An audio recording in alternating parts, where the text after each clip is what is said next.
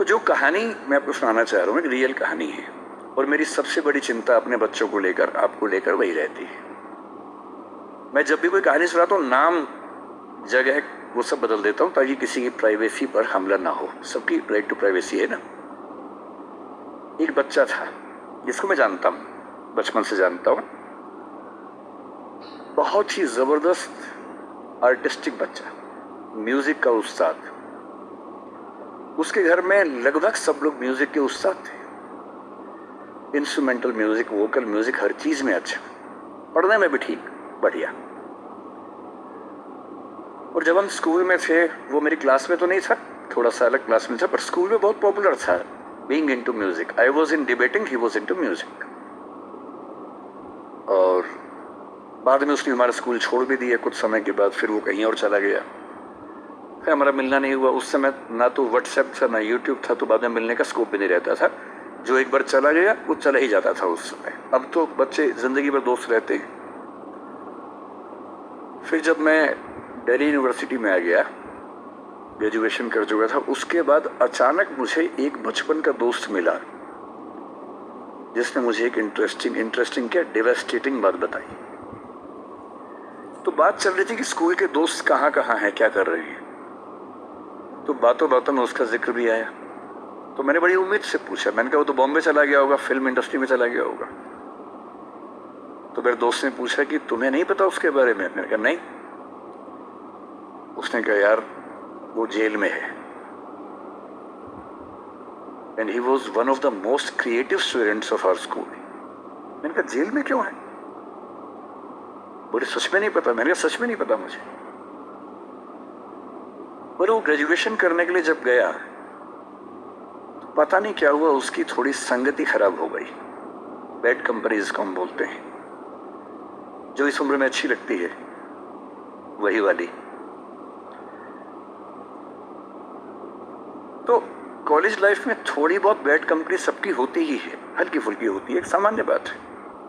अच्छा, बच्चा बच्चा ना रहे ये भी तो अच्छी बात है ना।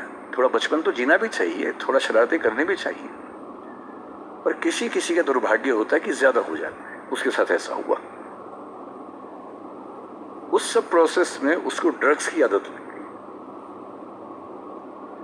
और ड्रग्स एक ऐसी चीज है, एडिक्शन ऐसी चीज है कि उसमें वन वे रास्ता होता है, टू वे नहीं होता है। आप जा सकते हैं, वापस नहीं आ सकते। मतलब 1000 लोग जाएंगे तो उनमें से एक आध वापस आएगा, वो भी इतने मुश्किलों से जो ऑलमोस्ट इम्पॉसिबल है। I have seen many such cases.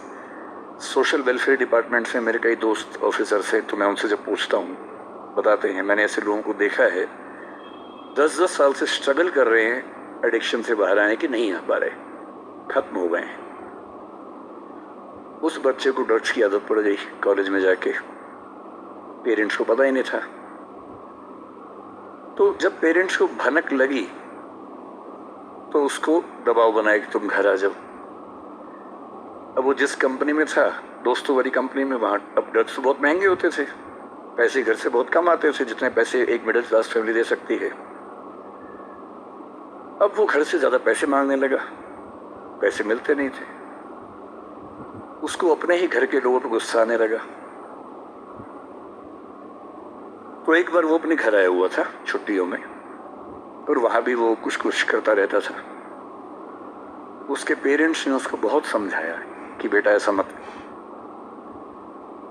और एक दिन इस बात पे झगड़ा बढ़ गया।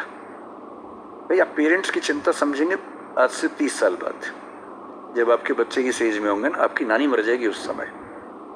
नानी मरना एक मुहावरा है, इसका मतलब बहुत चिंता में रहेंगे उस समय आप। और उस दिन पता नहीं क्या हुआ, एक झगड़ा हुआ, क्योंकि जो एडिक्शन के शिकार हैं उनका दिमाग उनके कंट्रोल में नहीं होता है। यहाँ तक कि जो ड्रिंक करते हैं, ड्रिंक एक लेवल से ज्यादा कर लें तो दिमाग कंट्रोल से बाहर निकलने लगता है। ड्रग्स में तो ये एलिमेंट बहुत ज्यादा होता है।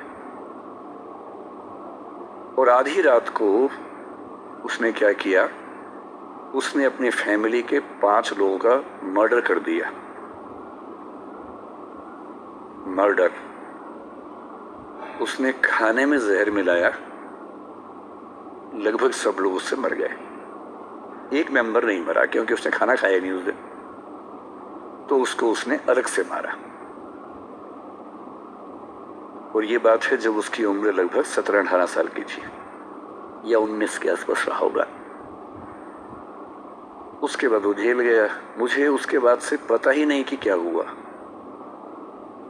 फांसी हुई या उम्र कैद हुई या क्या हुआ, ना तो मुझे पता है ना मैं इंटरेस्टेड हूँ जानने में। मैं उसका नाम हम सब जानता हूँ। एंड 1-2 क्लास स्कूल में ऐसी थी कि वो हम आसपास थे, जानते थे, पहचानते थे एक दूसरे को। मेरी सबसे बड़ी चिंता ये होती है बच्चों को लेकर कि किसी भी गलती से वो ड्रग्स में ना चले जाए। आप सबसे रिक्वेस्ट कर रहा हूँ हाथ जोड़ के, कुछ भी कर लेना, ये मत करो।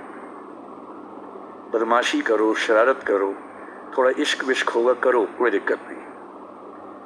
किसी को चीट मत करना, ड्रग्स में मत जाना, क्योंकि इन रास्तों पे जाने के बाद वापसी का रास्ता नहीं, पूरी जिंदगी खत्म हो जाती है। एक शायर ने कहा है, बस एक कदम गलत उठाता राह शौक में, राह शौक का मतलब शौक के रास्ते पर चल पड़े थे। बस एक कदम गलत उठाता राह शौक में, मंजिल तमाम उम्र मुझे ढूंढती रही। मेरी मंजिल जिंदगी भर मुझे ढूंढती रही, कहाँ चला गया? सिर्फ एक गलती हुई थी और उस एक गलती ने कहीं का नहीं छुआ। आपको लग रहा होगा कि ये तो पापा जैसा है, प्रीच कर रहा है हमें।